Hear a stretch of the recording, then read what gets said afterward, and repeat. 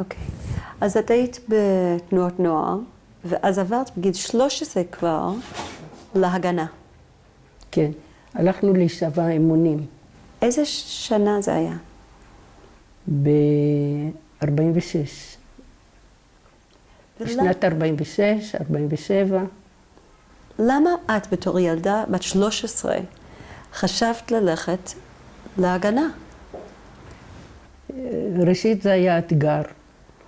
ב', רציתי להתגייס, היינו ציונים בבית הספר, בתנועה, כל הזמן דיברו על זה שרוצים להקים מדינת יהודים.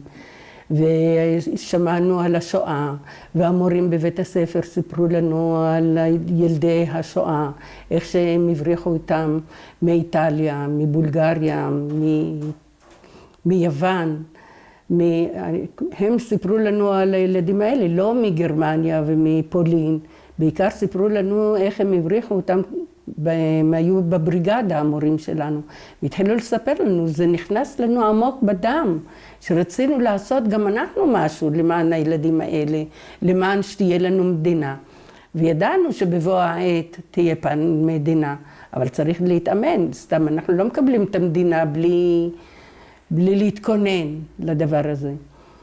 והיו גם כן ציונים שבאו מחוץ לארץ, וגם מההסתדרות באו, המועדון שהיה בחצר אצלנו, הקימו את זה ההסתדרות. ההסתדרות הקים את זה, והמדריך שהיה להם, זה היה בן לולו. בן לולו במשך הזמן קראו לו, הוא היה חבר כנסת, אליהו הכרמלי, חבר כנסת בכנסת הראשונה. ובתנועות נוער סיפרו לנו על השואה ועל הילדים ועל כל מה שעם ישראל סובל. אז זה נתן לנו פוש ללכת ולהתארגן. וידענו שיש 3 מחתרות, אצ"ל, לח"י והגנה. ואנחנו, נערי הנוער העובד, התארגנו להגנה. הלכנו ונרשמנו בהגנה. ואת אמרת בדיוק קודם שההורים שלכם לא ידעו מזה. הרגישו, אבל אנחנו לא סיפרנו להם לאן שאנחנו הולכים ולאן שאנחנו באים, אבל הם ידעו שאני ואחי הולכים. ומה דיברו בבית בקשר לכל המדינה? לא דיברנו על זה. לא, כי היינו חיים יפה עם הערבים. לאבי היו הרבה ידידים, אפנדים. אפנדים זה אנשים מכובדים, כי בגלל המצב שהוא היה בתחנת הרכבת, שם היו בריטים, אנגלים וערבים שהיו חברים שלו והיה לו קשר הדוק איתם. היו באים אלינו, נכנסים הביתה, ואבא שלי לקח אותנו אצלהם הביתה. אפילו את אמי, אבא שלי לקח אצל המופתי, אבל מה? המופתי היה גר בהר הבית, ואסור ליהודים לעלות להר הבית. המופתי מאוד רצה, הם באו, המופתי ואשתו באו אלינו הביתה, אבל במשך הזמן המופתי רצה שגם אמא שלי תבוא לבקר אותם, אבל והיות וזה אסור שיהודי יעלה להר הבית. אסור ממי? לא עלו יהודים לבית המקדש, להר הבית. בגלל היהדות? בגלל הבריטים? לא, הערבים לא רצו שהיהודים יעלו לשם.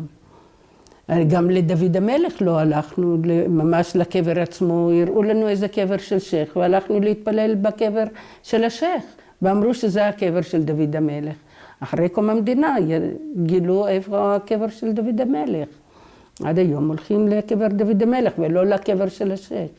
ובכדי שאימא שלי תבוא לבקר אצלם, הלבישו אותה עם לי, איזו מין סמלה שהערביות לובשות, שחורה וארוכה, ככה רחבה, ולכסות את הפנים. כמו שהיום, באיראן לובשים כך.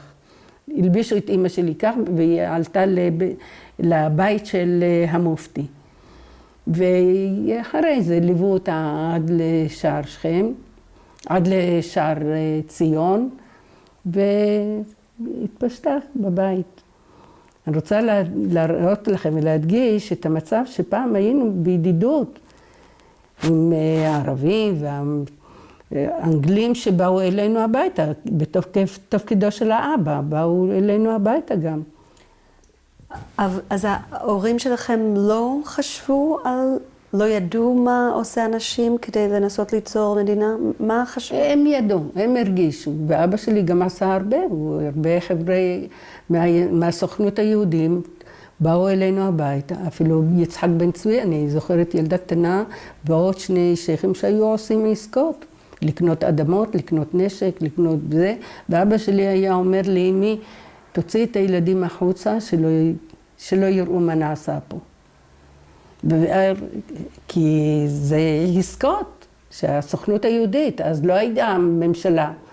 הממשלה הייתה הסוכנות היהודית, וכך שאצלנו בבית גם כן התנהל ככה מתחת לפני השטח.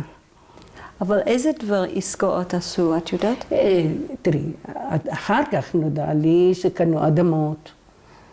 הסוכנות והקרן הקיימת קנתה אדמות, וגם אז היה אסור לקנות מהערבים אדמות. היה אסור לפי מי? לא רצו למכור, לא, הערבים לא היו מעוניינים למכור, לא כל אחד היה מעוניין למכור ליהודים.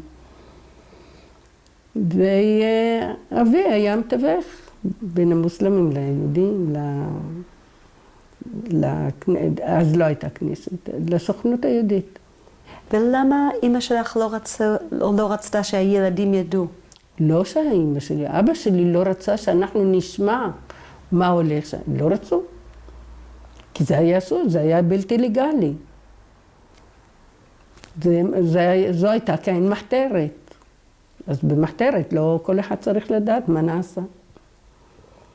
ואבא שלי היה ציוני מאוד. גם אמא שלי הייתה ציונית. אז כשאת הלכת להגנה, את סיפרת למישהו? סיפרת לאחים שלך? לא, אחים שלי גם היו, מה זה? כן, הם ידעו שאנחנו בהגנה. אבל לאן הלכנו, איפה להתאמן, איפה לעשות תרגילים, איפה... לא סיפרנו להורים, בפרט שזה היה בשבת. עוד בשבת לנסוע למעלה חמישה ולהר הצופים. בכל אופן, היינו שומרי שבת. אז את אז החלטת לא להיות שומרת שבת, או עשית את זה? לא, זה לא עניין שלא שמרתי שבת.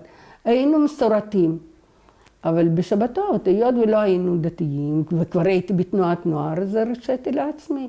גם אלה שהיו באצ"ל, התאמנו בכל מיני מקומות, אלה שהיו בלח"י, גם כן יצאו מעיר העתיקה, והתאמנו בכל מיני מקומות. ואנחנו בחרנו להיות בהגנה. בגלל ההסתדרות, בגלל התנועה עצמה, בגלל הנוער והלומד, ששם גם כן קיבלנו חינוך של תנועות נוער.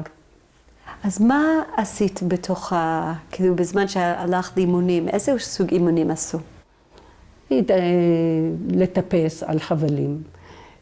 למדנו ללכת על חבלים. למדנו איך לפרק ולהרכיב אקדח. למדנו קפ"פ. קפ"פ זה קרב פנים אל פנים. ולמדנו זה אש לילה, איך לעבור דרך מתחת לגדרות העיל, ומערבים, מה אני עוד זוכרת, למדנו פשוט להיות בשטח, התקפות, כאילו התקפה, היינו מתאמנות אפילו על בתים של יהודים, על סקנות, היינו צועקים התקפה על גיטלה, כאילו נותנים את האות וכבר רצים להתקיף. ומסכנה הייתה איזו אישה סכנה במגרש של בתי מחסה. די, ילדים, מספיק, אתם מפריעים לי, אבל אנחנו מתאמנים. אבל הם לא ידעו שזה מתאמנים, הם חשבו שאנחנו משחקים. והייתה מישהי לפני שנה ומשהו, אמרת לי, שנה, את זוכרת שהיינו מתאמנים בחצר של התקפה על גיטלה, היינו צועקים, התקפה על גיטלה, והייתה כועסת עלינו שנפסיק. עם כל האימונים האלה, זה דבר שפחדת מזה? או איך הרגשת בקשר לזה? הרגשתי שזו שליחות, לא הרגשנו פחד, לא הרגשנו, אפילו היינו מטפסים על החומות, קופצים על החומות. זה גם כן אחד האימונים שהיינו רצים בחומה, שבמידה ויהיה משהו, אבל אז לא ידענו כאילו במידה ויהיה משהו. המשחקים שלנו היו גם על החומות, בין היתר בשער ציון. וזהו. כמו שקודם זה היה על הכיפות של הבתים. כן. לא, לכיפות של הבתים זה היה כאילו הנוף בשביל להצטלם, המשחק, זה לא היה אימונים. שם היה כאילו מקום המשחקים. וזה היה המקום המפורסם, חוץ מהברחוב פה, בסמטה הזו, רצינו משהו שזה יבליט את המקום. אז עלינו על הכיפות האלה והצטלמנו למעלה. ומה, כשאתה עכשיו מספרת על ההגנה ואימונים, מה חשבתם בתוככם? אתם חשבתם שיהיה לך מדינה? קיווינו. כל זה היה בכדי לקוות, שפעם תהיה לנו מדינה, פעם יעזבו הבריטים את הארץ, תהיה לנו מדינה. וזו הייתה המחשבה שלנו, והכוונה שלנו, והכיוון שלנו. ובאמת, כשעזבו הבריטים את הארץ, מיד תפסנו את העמדות של הבריטים, האצ"ל, הלח"י וההגנה, תפסו את העמדות שלהם והתמקמו בעמדות האלה. ואז באמת ארגנו את שאר הילדים. ההגנה, האצ"ל והלח"י ארגנו את הילדים, שהם מגיל 13, אבל היו ילדים גם יותר קטנים מגיל 13. אחד הילדים בגיל 10 הוא נהרג, ניסים גיני. הוא היה אחד החיילים שלנו, לוחמים, אז עוד לא היו חיילים, זה היה לוחמים. אבל אני מדברת עכשיו על התקופה לפני. לא היה עוד מלחמה. כן, כל זה לפני. כן, עדיין אתם גרים בבתים, אתם משחקים. את חשבת, כאילו, מה חשבתם בתוך עצמכם שזה יקרה, שלא יקרה, ואיך אתם ראיתם את העתיד? לראות את העתיד, לא ראינו את העתיד. כל הזמן הלכנו עם הזרם, ולא ידענו מה ילד יום, איך יתפתחו העניינים. מבית הספר, בכל זאת, ילדים בני 14-15, עוד לא דמיינו לנו משהו גדול, עוד לא תיארנו לנו מה יהיה. עם הזמן, לפי הזמן, עזבו הבריטים את הארץ, התארגנו בהגנה. לפני כן, שיהיה לנו, המחתרות האלה, נלחמנו נגד הבריטים, בכדי שיעזבו את הארץ. ולא תיארנו לנו שזה ילך כל כך מהר, שהבריטים יעזבו את הארץ. אבל האצ"ל והלח"י עשו כל כך הרבה צרות לבריטים שהתייאשו, והחליטו שדי, חוזרים לבריטניה. אז את אמרת לי שהיו בריטים בבית שלך, שבאו חברים. לא באופן קבוע, זה מדי פעם בחודש, פעם בזה, היו באים להביא. אז מה את חשבת על הבריטים אישית, לא מה שאחרים? לא, אף פעם לא חשבנו אישית, מפני שחשבנו שזה החברים, וזה... אלו הם האנשים שלאבא יש עסקאות איתם, גם עבדו ברכבת. אז בתוקף תפקידו של האבא, הם באו אלינו הביתה. גם באו אפנדים ושייחים, באו אלינו הביתה, כי גם ערבים עבדו ברכבת. גם ערבים היו מנהלים והיו פקידים. אפילו הערבי, רק אבי ועוד יהודי אחד היה ברכבת בירושלים. היה קטר אחד, שהוא היה ממין משה, והוא עבד ברכבת, בתור קטר. אבל עכשיו אני מדברת על החוויה שלך, האישית, בקשר לבריטים. מה חשבת עליהם? לא חשבתי שום דבר, לא הייתה מחשבה. היה פחד, כשהיה איזה אירוע, איזה פיצוץ, והיו צריכים לעשות עוצר, לא היו יוצאים ונכנסים, היינו פחדים מהם, מהבריטים. כי הם הסתובבו עם הרובים שלהם, ועם הבסטונים, ממש הטילו פחד. ובאמת היינו פחדים, כי היינו צריכים לנעול את הבתים מבפנים. שלא ייכנסו, שלא יעשו חיפושים, ובאמת היו עושים חיפושים. לראות, לחפש ולמצוא את אלה שהם חיבלו. אם זה בתחנת הרכבת, ואם זה בקינג דיוויד, ובכמה מקומות, במשרדים, בפלסטין פוסט. זה היה ברחוב הסולל.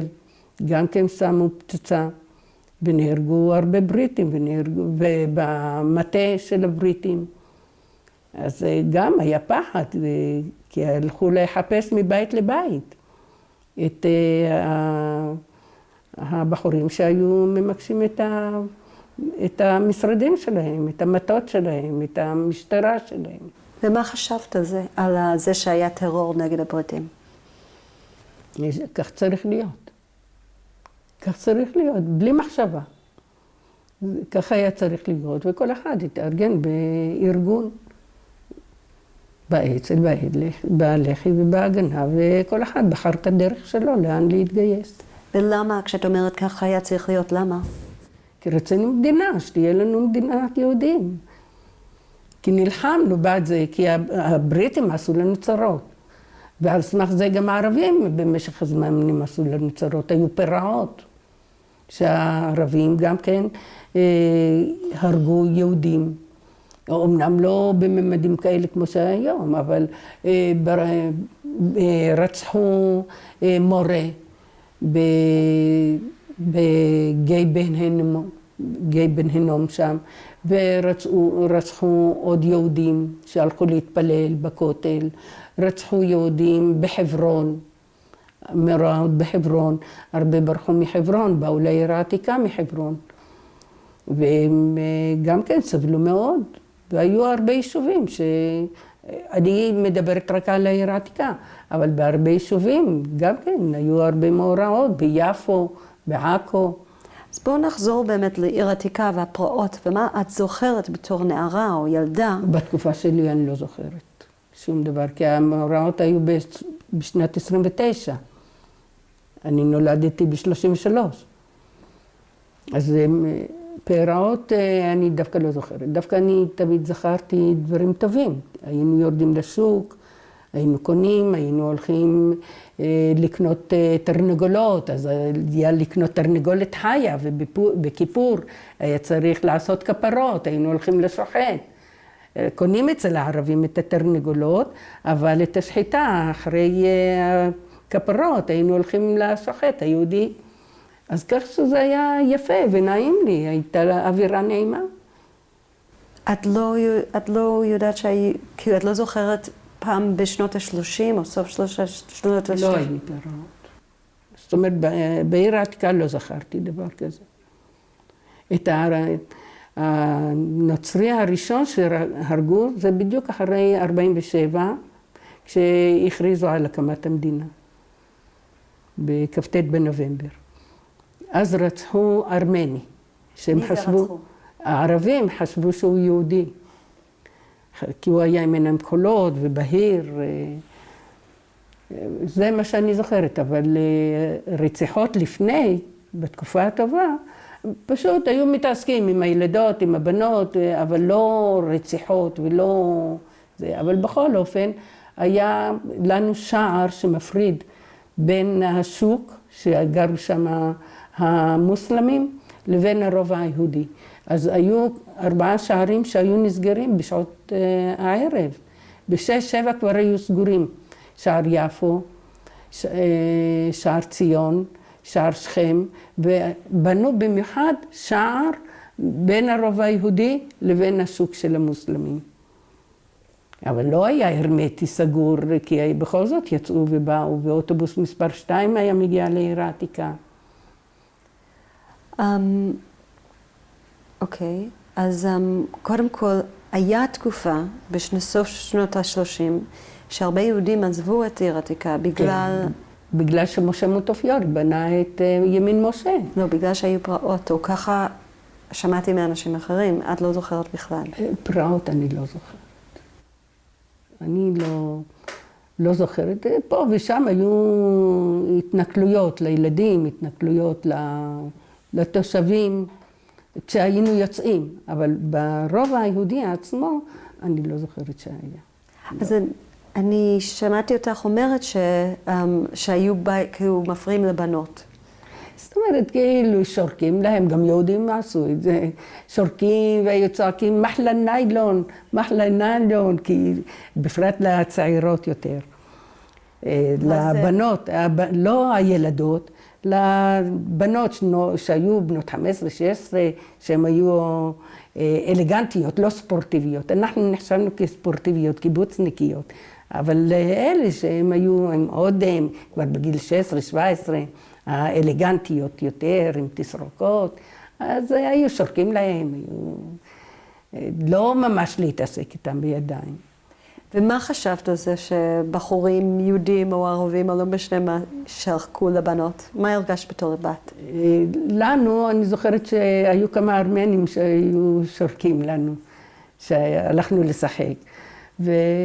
ובמיוחד, לא שגם יהודים יכלו לשרוק, אבל אצלנו בעיר העתיקה לא. כל קבוצה בפני עצמה, אלה של הנוער עובד, היה לנו גם סניף של צופים, שעשו להם גם כן סניף של צופים. אני לא הייתי בצופים איתם, כי אני הייתי בנוער עובד, ולפני כן הייתי בצופים מחוץ לעיר. אבל היו מועדונים בעיר העתיקה, שככה הבנים והבנות, כל אחד הלך לכיוון שלו. אבל מאורעות ממש, באמת, אני לא זוכרת. אז אני כאילו שמעתם בכמה סיטואציות היה לכם קבוצות בנים ובנות ביחד. באיזה גיל או איך באמת היה בקבוצה שלכם? האם אתם... היינו בנים ובנות ביחד. כן, אתם יצאתם? לא, הלימודים, הבנים למדו לבד, בתלמוד תורה, בישיבות, ואנחנו הבנות למדנו בלבנות ב'. מי שרצה קצת ברמה יותר גבוהה, הם הלכו ללמוד במיסיון, הם הלכו ללמוד באבלינה דה רוטשילד, במסלנדו, זה ברמות יותר גבוהות. הבנים, אלה שלא רצו ללמוד רק בתלמוד תורה, הלכו לרטיסבון, הלכו ללמוד בתיירה סנטה, בסן ז'וזף, וכל אחד הלך לכיוון שלו, לפי הרמה של המשפחה גם כן. הלכו לאליאנס. אז הבנים היהודים למדו בתיירה סנטה ובסן ז'וזף? אלה שרצו להתקדם, אלה שההורים רצו שהילדים שלהם יתקדמו יותר, ברמות יותר גבוהות. למשל, האח שלי למד בתלמוד תורה, אבל אחרי הצהריים הוא למד בברליץ. הוא הלך ללמוד אנגלית. ואבא שלי, שרצה שהאח שלי יתקדם, הוא הביא לו מורה ערבי, ארמני שילמד ערבית. מסיור רולו, קראו לו מסיור רולו.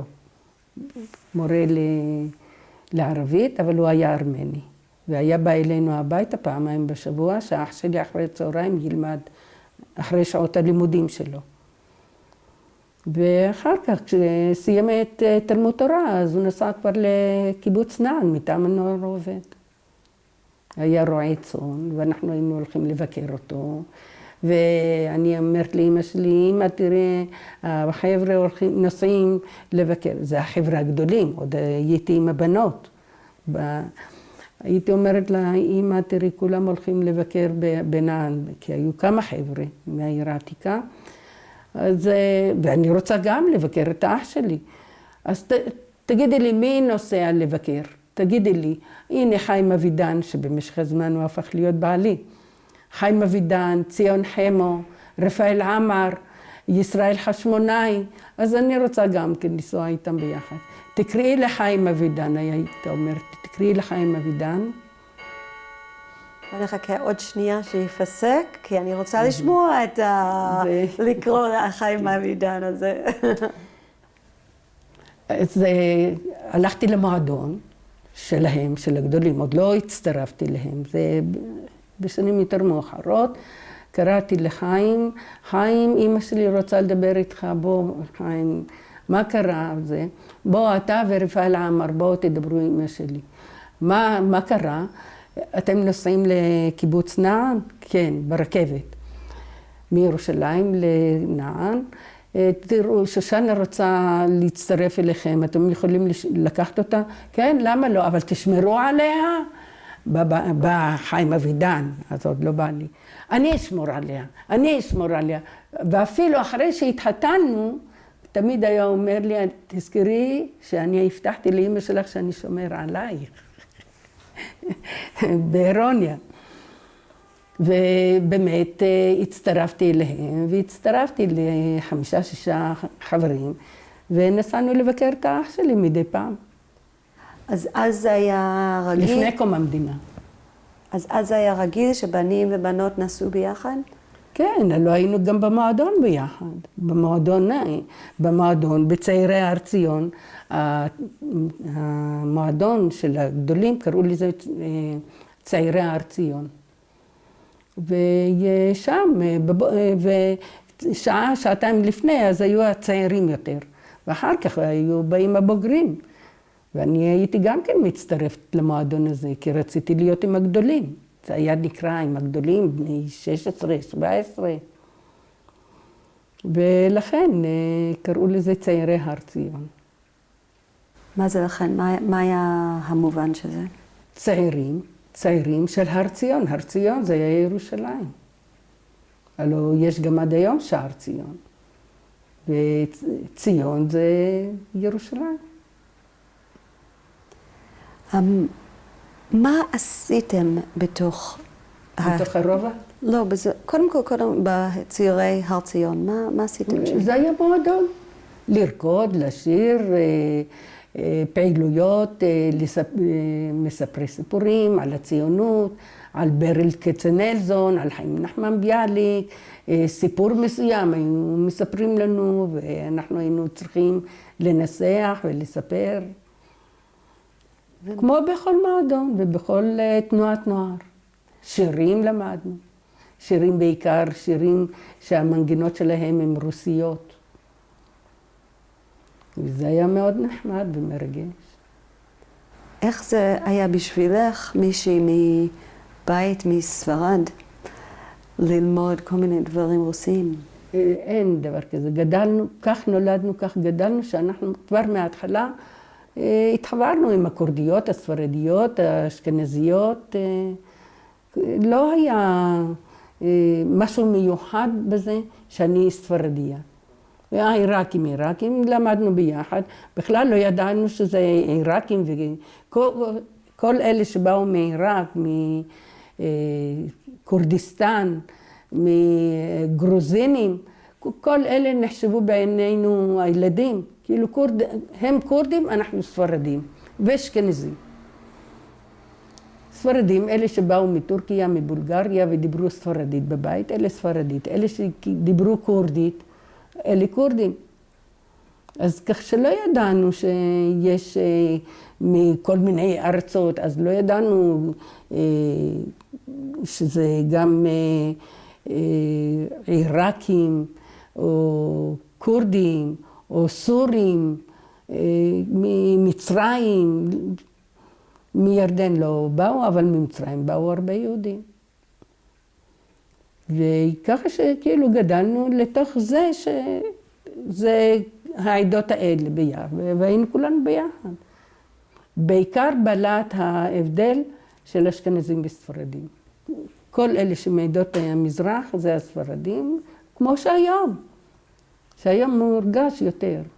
אפילו אלה שבאו מאמריקה, אז חשבנו שזה אשכנזים. כאילו, למרות שהיו לנו דודים באמריקה. היו לנו הרבה ממשפחת עבאדי, ממשפחת קובי, אני ממשפחת קובי. אז היו לנו קרובי משפחה בארצות הברית, באמריקה. באו הדודים מאמריקה. באו אליכם לבקר? בטח. לפני קום המדינה? בטח, בעיקר לפני קום המדינה. אז תספרי על זה, על הביקור שלהם.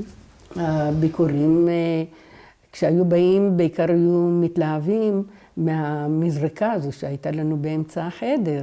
הדודים, ולצלם מפה, והיו מצטלמים ליד המתקן הזה של המזרקה הזאת. וכשהיו נוסעים בחזרה לאמריקה, היו שולחים לנו את המכתבים, שההתרגשות שלהם הייתה לראות את הבית שלנו, את הפאר של הבית שלנו. ואימי למדה באליאנס, והיו כאלה אז לא קראו להם מרוקאים, מוגרבים, שהיו להם קרובי משפחה במרוקו, והיו מבקשים מאמא שלי שתשב לכתוב להם מכתבים, לשלוח למרוקו. והייתה יושבת ומנסחת להם מכתבים וכותבת להם מכתבים. אחר כך הייתה עוד מישהי, איזו בחורה צעירה שלמדה באליאנס, כתבה להם מכתבים. אז אלה ממרוקו אמרו למשפחה, תבקשו רק מזו שהיא כתבה את המכתבים הראשונים, שלא תשלח לנו, כי אנחנו לא מבינים מה שכותבת הנערה הזאת. זו שכתבה לכם את המכתבים הראשונים, שהיא תמשיך לשלוח לכם את המכתבים אלינו, שהיא כותבת את המילים ואת האותיות ברור. אז איזה שפה אתם דיברתם בבית שלכם? ספרדית. אחר כך, בכל מקום ציבורי היה כתוב, יהודי דבר עברית, יהודי דבר עברית, במקומות ציבוריים, אם זה בתי קולנוע, בתי קפה, בבתי ספר. בהפסקות לא דיברנו בשפה שלנו, בהתחלה דיברנו ספרדיות, את שפת האם, שפת הבית, ומאז שהיינו מקבלים עונשים. ברגע שדיברו את שפת האם, רק בבית, אבל במקומות ציבוריים, או כששיחקנו הילדות הספרדיות, דיברנו בינינו ספרדית. ספרדית או לדינו? לדינו, לדינו. אז קראנו לזה ספרדית. מה היה באמת ההבדל? הספרדים, הארגנטינאים, הבולגרים, הם מדברים קצת אחרת. הטורקים מדברים ספרדית, לדינו. הלדינו זה תערובת של כמה שפות. יש לנו כמה מילים בערבית, כמה מילים בטורקית, כי כאן שלטו הטורקים. אז נכנס בשפה הספרדית גם כמה מילים בטורקית, גם ערבית, כמה מילים ביידיש גם יש לנו בתוך השפה. מכמה ארצות, אבל היסוד הוא ספרדית מספרד. זה אומר שאת, כאילו, את דיברת בבית בלדינו ועם החברות. החברות הספרדיות, אלה שהם לא היו, כי אמרתי לך, אני הייתי חברה גם עם חברות מחוץ למסגרת בית הספר, שהן היו קצת יותר גדולות ממני, ודיברנו ספרדית. אלה שלמדו באליאנס, או אלה שלמדו במיסיון, היו חברות שלי גם, כן, היו לי חברות במיסיון, באליאנס, באבלינה דה רוטשילד. אז הספרדיות, בינינו דיברנו ספרדית. ואם היו לך חברות אשכנזיות, מה דיברת? גם עברית, עברית. מחוץ למסגרת החברתית של הספרדיות, דיברנו רק עברית.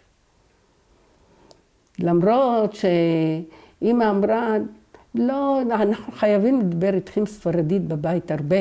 בחוץ אתם כבר תלמדו בגן, תלמדו בבית ספר, תלמדו ברחוב, מהשכונה, אבל בעיקר שלא תשכחו את הספרדית. אבל אני מצטערת שעם הילדים שלי אני לא דיברתי ספרדית, הם מאוד כועסים, כי הפסדנו שפה.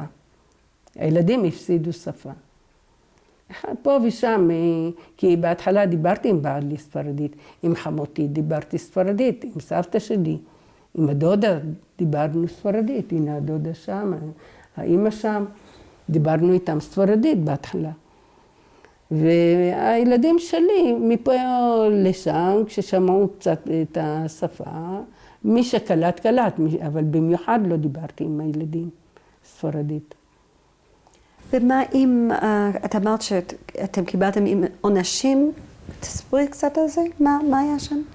עונשים בבית הספר? מה היה בבית הספר? לא ממש לכתוב כמה שורות, כמה פעמים. לא, אבל מה היה החוק? כאילו, מה הם רצו? שנדבר רק עברית. את יכולה לספר על זה קצת?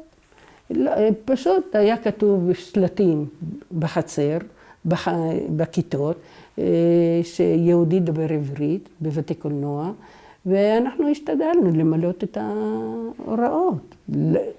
דאגנו לא להגיע לעונש. השתדלנו.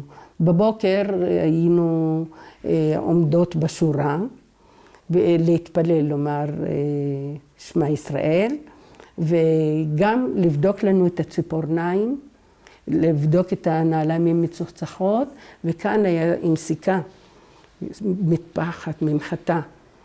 וילדה שהייתה והכיתה שהייתה הכי נקייה, היינו מקבלים כוכב, היה לנו חלון ראווה, ארון, והיינו מקבלים כוכבים. אותה כיתה שהייתה הכי נקייה באותו בוקר, הייתה מקבלת כוכב. כוכב מכסף, כוכב מזהב. אז לפי דירוג, דירגו את הכיתות. ואחר כך, אחרי התפילה, היינו מתפזרות, כל כיתה הייתה נכנסת לכיתה שלה. תספרי קצת על יום, כאילו אם את יכולה לתאר לי יום רגיל בבית ספר. מה למדת, מה היה שם? בבוקר, כפי שאמרתי, היינו מתפללות עד לכניסה לכיתה. בכיתות הנמוכות היינו לומדות חשבון ואלף בית. ואת החשבון למדנו אפילו בהתחלה עם החרוזים האלה, היה מין מתקן כזה שהם חרוזים אדומים, ירוקים וזה, ולפי זה למדנו חשבון. כיתות יותר גבוהות, כיתה ג' כבר קיבלנו את ספר בראשית, ולמדנו תורה ועברית וחשבון, ואחר כך מולדת למדנו, והיינו מקבלים את השיעורים הביתה. ומכינות את השיעורים בבית, למחרת מגישות, כי לא היו בנים, מגישות את השיעורים, כל אחת הייתה צריכה להגיש את השיעור שהיא למדה בבית, היינו לומדות הרבה מאוד בעל פה. בתנ"ך למדנו הרבה מאוד בעל פה, ואני שמחה מזה שהיום אני מכירה את שירת הים, ואת דבורה הנביאה, את מרים. גם כל כך הרבה למדנו בעל פה, שאני גאה בזה, שהיום אני רואה מה שילדים היום, אפילו בקושי הם למדו תורה. תורה גם למדנו, רש"י למדנו, וספר. וזהו.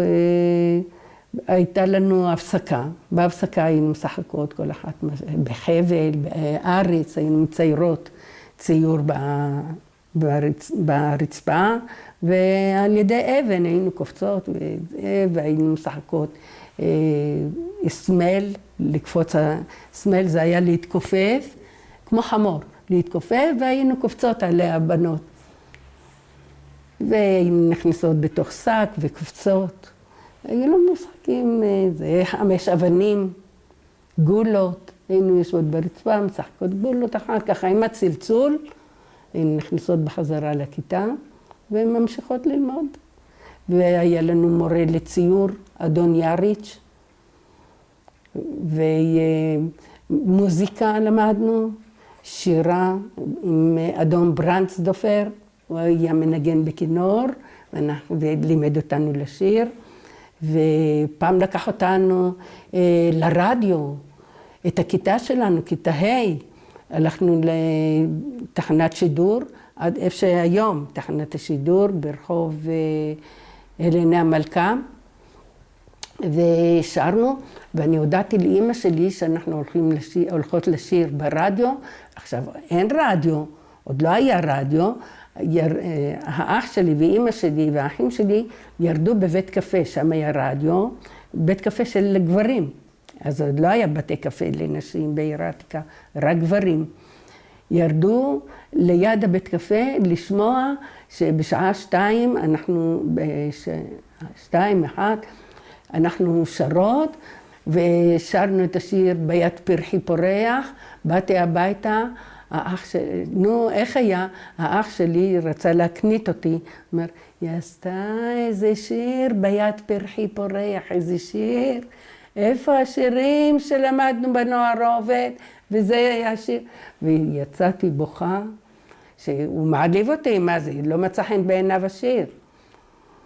וזה פגע בי מאוד שאח שלי העליב אותי, האח הזה שהוא נסע לקיבוץ, כי הוא היה יותר גדול ממני. הוא חזר בו? מה? הוא חזר בו? לא, מה פתאום? מה פתאום שיחזור בו? אפילו שבכיתי. אמא שלי הרגיעה אותי. אל תשימי לב, אל תשימי לב, היה יפה מאוד השיר, אל תתייחסי אליו. את זוכרת את השיר? בטח, רוצה לשיר? בכי פורח, אכל את הביטו בו, ורק על פי הריח, קראו נא לי בשמו. ביד פרחי אדומו, אריכו נערכו, כל ילד יקחהו, אם רק יקרא בשמו.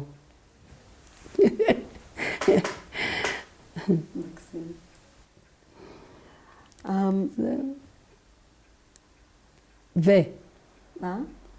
אני מחכה. אוקיי. כי רציתי לשאול אותך, אם את יכולה לספר לי, את סיפרת לי עכשיו את היום שלך.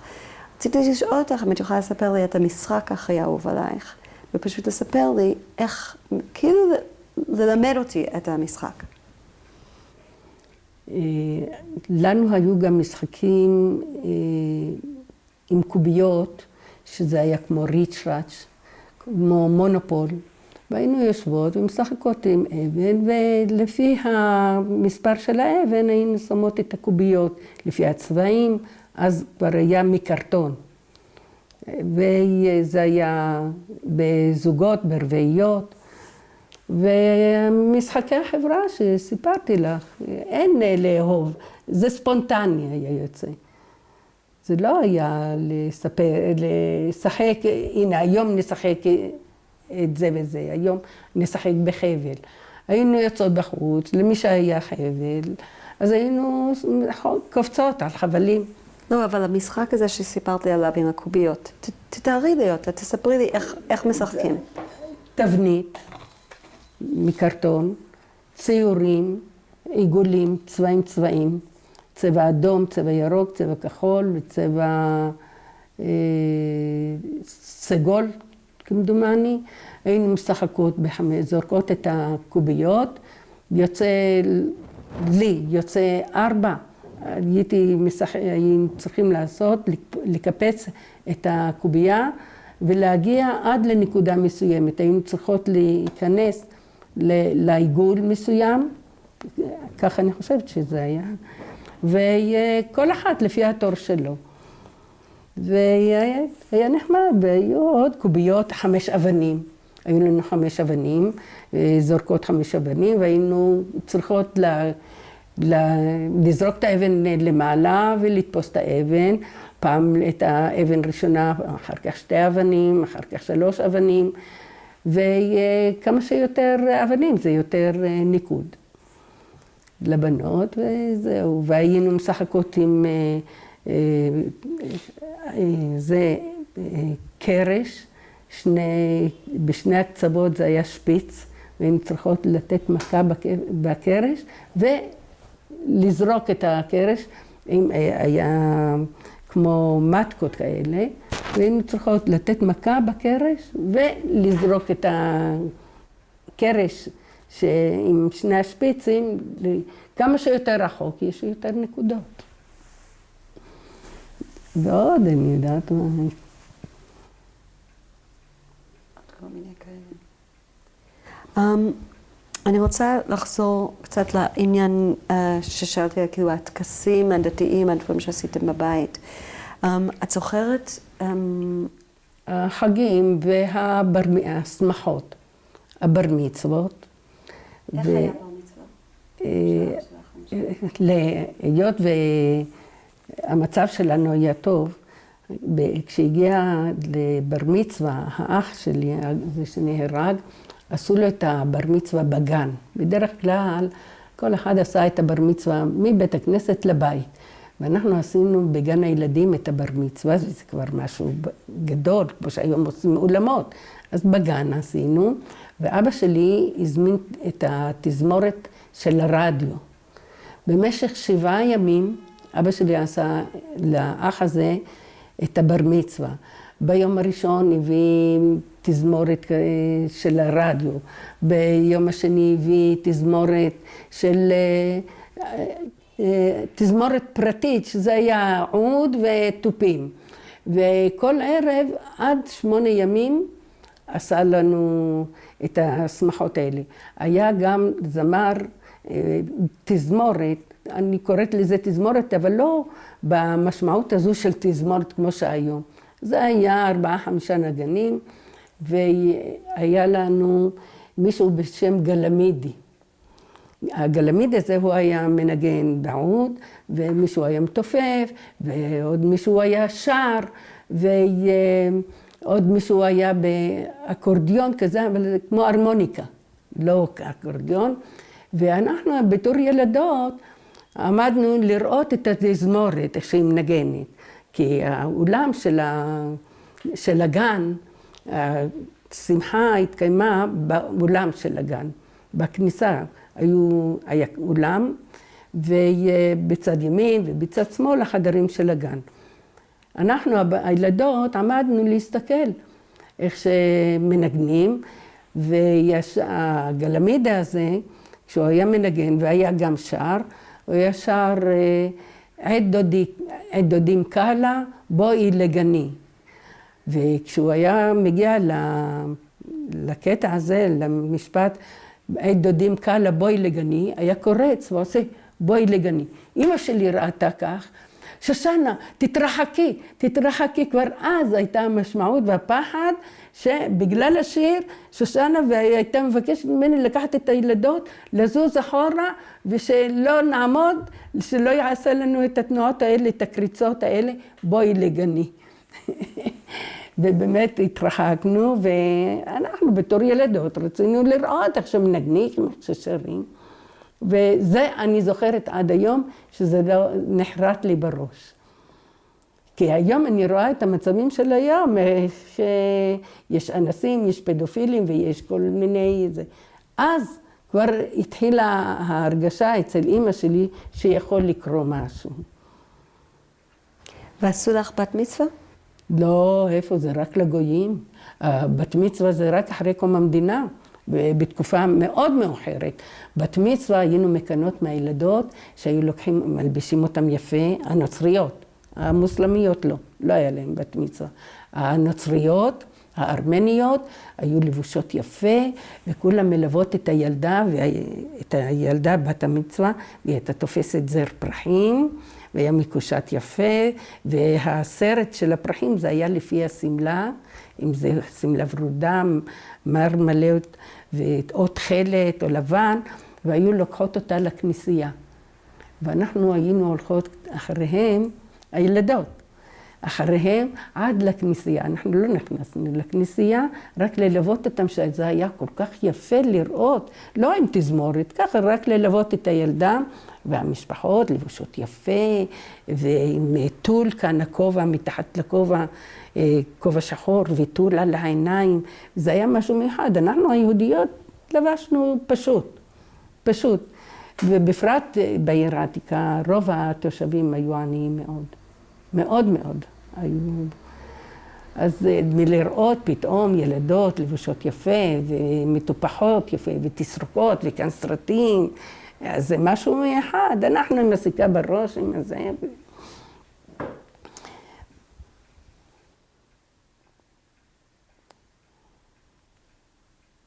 אז קינט שלא היה לך בת מצווה, זה היה דבר שהפריע? לא היה בת מצווה, אין מה לקנות, כי לא היה.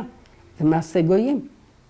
אחר כך, כשכבר באו עולים חדשים מכל מיני ארצות מאירופה, הם באו והכניסו את הדבר הזה, שזה בגיל 12 לילדות עושים בת מצווה. אני עשיתי הרבה ימי הולדת. ואהבתי לעשות לעצמי יום הולדת. הייתי מזמינה ילדות חלק מהכיתה, חלק מהחברות שהיו לי מבחוץ, והיינו מכינות איזו הצגה, ובכדי לקבל מתנות, לקבל סרט, סיכה, היינו אוספות זהבים. מה זה זהבים? כשהשוקולד שהוא היה עטוף מנייר כסף, היינו מוצאות אחרי שאוכלות את השוקולד או את הסוכריה, היינו מחליקות נייר כסף עם הציפורן שיהיה חלק, ומכניסות את זה בין הדפים של הספרים.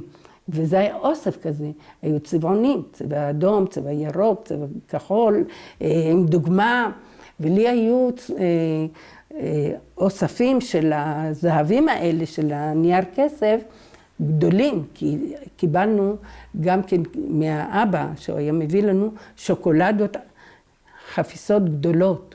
וככה לכולם היו חפיסות כאלה קטנות של שוקולד קטן, סוכריה. ואני הייתי אפילו נותנת לחברות שלי, ואני עוברת לנושא אחר. בבית הספר כשאכלנו, אני מאוד לא אהבתי לאכול בבית הספר. והייתי מבקשת מהבנות שיאכלו לי את האוכל, כי המורה הייתה מסתובבת מסביב לשולחן, והייתה מסתכלת מי אוכלת, מי לא אוכלת. והייתי נותנת לחברות שלי משני הצדדים, והייתי אומרת להם, תאכלו לי את האוכל, תעשו לי טובה, ואני, מה תתני לנו? אני אתן לכם סרטים, אני אתן לכם זהבים, אני אתן לכם סיכות, צבעים, רק שיאכלו לי את האוכל, שהמורה, כשהיא מגיעה אלינו, שהיא תראה שהצלחת שלי ריקה. מה שהייתי אוכלת זה היה לחם. אם היה זיתים, הייתי אוכלת זיתים, אם היה מלפפון חמוץ, הייתי אוכלת. העיקר לא אוכל. לא יודעת משום מה, עד היום יש לי את הטבע הזה, אני לא אוכלת בכל מקום. מאוד, ואני מצטערת, זה לא גאווה. לפעמים אני מתביישת מזה. אז מה זה אומר? למה? מה? למה? למה את לא? לא יודעת, גם אמא שלי הייתה כזאת. אמי גם לא אכלה כל דבר. רק מה שהיא הייתה מבשלת. גם אני, מה שאני מבשלת אני אוכלת. אבל אוכל מבושל, גם אם אני אלך למלון 5 כוכבים. אני אוכלת לחם, זיתים, ויש לי הרבה חברות שהן מכירות את הטבע הזה. בהתחלה אני הייתי מתביישת, מזמינים אותי פה, מזמינים לאכול, זה. ואני הייתי מסתפקת עם דברים יותר פשוטים. וזהו, ימי הולדת שלי, הייתי עושה את זה בבית, כל שבת. כל שבת היה לי יום הולדת. למה? ככה חשבתי שכל שבת בכדי לקבל מתנות. אז זו הייתה מביאה לי צבעים, זו הייתה מביאה לי שיר, זו הייתה מביאה, זה היה אוסף של תמונות, כלבים, תמונות של בובות, תמונות. וזו מביאה לי תמונה, זו מביאה לי זה היה לי, וכל שבת היה לי יום הולדת. והיינו שרות, והיינו מחללות. היה נחמד בשבת. אז ככה שלא היה למה לקנא מהבת מצוות שהנוצריות עושות. גם לא הייתה משמעות לזה, לא ידענו שזה חג של הנוצרים. מה את אהבת? עוד איזה דברים אהבת בדת שלך? בגן? בדת שלך. בדת? זה לא עניין של דת, זה היהודיות. זה לכולנו אותו דבר. ומה אהבת? מה אהבת? אהבת קצים? אהבת בית כנסת? מה אהבת? הפגישות עם החברות, תנועות הנוער, לא שאהבתי משהו מיוחד ספציפי בגלל הדת. בגלל הדת, אז זה היה בחגים, שהמאכלים המיוחדים שהאמא הייתה עושה. אבל מחוץ לבית לא היה משהו מיוחד בגלל הדת שאהבתי.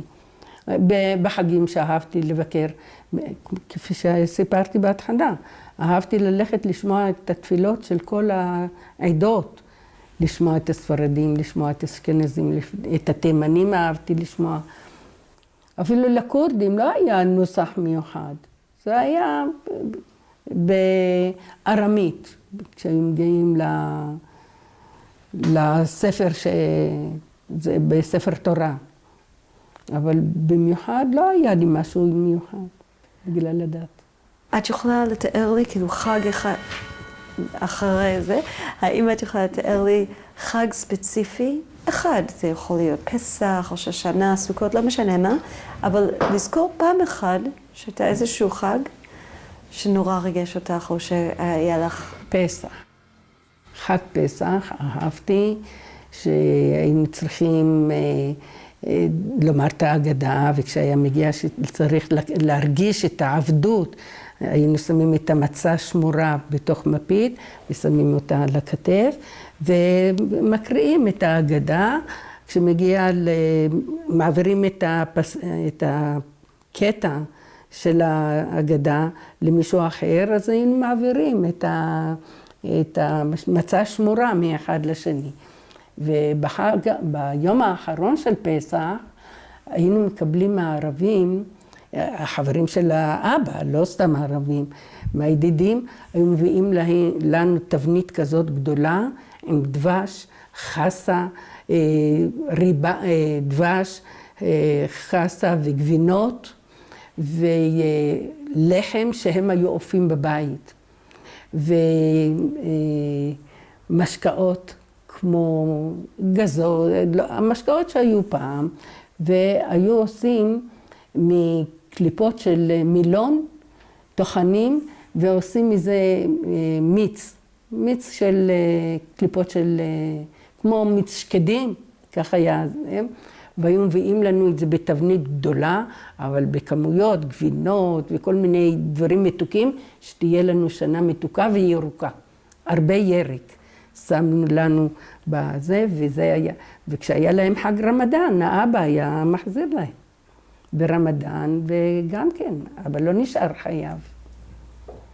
מה היה ההרגשה שלך בלגור בירושלים ולשמוע בסדר שאנחנו משתוקקים לחזור לירושלים? אחרי המלחמה? לא, אני אומרת שאת גדלת בירושלים. כן. בזמן שרוב היהדות לא היה בירושלים. רוב היהדות היה בכל העולם. אז, לפני קום המדינה. לא, אבל אני גדלתי בעיר העתיקה. בדיוק. אז אני אומרת, בזמן את גרה בעיר עתיקה, כן. ואת מתפללת, ואת קוראת שאת בתוך... אני לא התפללתי, לא הלכתי להתפלל. למה? לא הלכתי להתפלל. בתור ילדה הייתי הולכת רק להקשיב.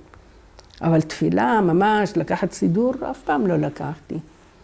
אפילו בגן, שהייתי בגן דתי, אף פעם לא לקחנו ספר ולמדנו לקרוא ולהתפלל. פשוט את האלף בית ובעל פה, הכל בעל פה למדנו. גם בתור ילדות, את השמע ישראל בתור ילדות למדנו בעל פה. לא היה לי ספר תורה שישבתי ללמוד ולקרוא את ספר התורה. כי כשנכנסנו לבית הספר, כבר התחלנו ללמוד עברית, חשבון, את כל הלימודים הכלליים. גיאוגרפיה, היסטוריה, שירה, מוזיקה, התעמלות היה לנו, ציור. אבל ספר תורה, אף פעם לא, גם כשהייתי הולכת לבית הכנסת, הייתי יושבת בעזרה, מסתכלת איך שמתפללים, איך שמוצאים ספר תורה. הילדים, כשהיה איזו שמחה, היו זורקים סוכריות מלמעלה מעזרת נשים. היו זורקים סוכריות על הילד, על החתן תורה כשהיו מוצאים ספר תורה. זה היה מרגש מאוד. ואם הייתה איזו שמחה, אז היינו עולים על החלון. היה מין מדף כזה, שהיינו מטפסים על המדף הזה, ובכדי שנוכל להסתכל למטה. היינו בתור ילדים. והיה נחמד מאוד להשקיף מלמעלה על המתפללים. אז אני אשאל את זה בצורה אחרת. האם ידעת שבתוך התפילות היה הרבה השתוקקות לירושלים? אני כבר בירושלים, אז אין לי למה להשתוקק. זה בדיוק השאלה שלי. לא היה לי על מה להשתוקק, לא. לא הרגשתי צורך. גם כשהיו אומרים בשנה הבאה בירושלים, חשבנו שזה כאילו, שזה יהיה חרוש, שזה יתאים לפסוק של התורה. אבל אם אני בירושלים, המשפחה שלי בירושלים, נולדנו בירושלים, אני הדור ה-17 בירושלים, מה יש לי בשנה הבאה להיות בירושלים? זה יתאים לאלה שמחוץ לירושלים. כך אני יודעת היום, אז לא הרגשתי שהיה צורך להגיד את המילים האלה. ואבא שלי מטבריה, גם כן משפחה מאוד מאוד דתית, ומשפחת קובי שהיא הייתה מפורסמת מאוד בטבריה. היום כבר יש כל מיני עדות, כל מיני עולים חדשים. אנחנו נעצור. שנייה. יש רעש, מה זה הרעש?